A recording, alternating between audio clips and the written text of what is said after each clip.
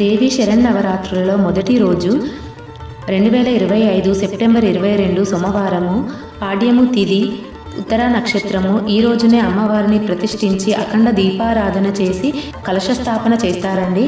కలశస్థాపన శుభ సమయం ఉదయం 6:30 నుంచి 7:29 వరకు, లేదా 9 గంటల నుంచి 10:29 వరకు చేసుకోవచ్చు. ఉదయం వీలు కాని వాళ్ళు సాయంత్రం కూడా చేసుకోవచ్చండి.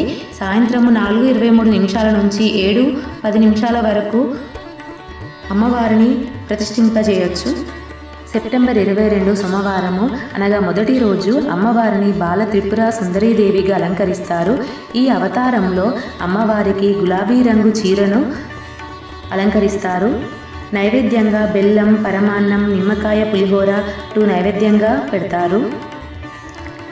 అమ్మవారిని మందార పూలతో పూజిస్తారు. లలిత త్రిశతి పారాయణం చేస్తారు. త్రిపుర సుందరీదేవి శ్రీచక్రంలోని త్రిపురాంతరయంలో మొదటి దేవత, షోడశ విద్యకు అధిష్టాన దేవత. అందుకే ఉపాసకులు బాల త్రిపుర సుందరీదేవి అనుగ్రహం కోసం బాలార్చన చేస్తారు. అందుకే ఈ రోజున 2 నుంచి 10 ఏళ్లలోపు బాలికలను అమ్మవారి స్వరూపంగా భావించి కుమారి పూజ చేస్తారు. త్రిశతి పారాయణం గావిస్తారు. మనస్సు, బుద్ధి, చిత్తం, అహంకారం త్రిపుర సుందరీదేవి ఆధీనంలో ఉంటాయి.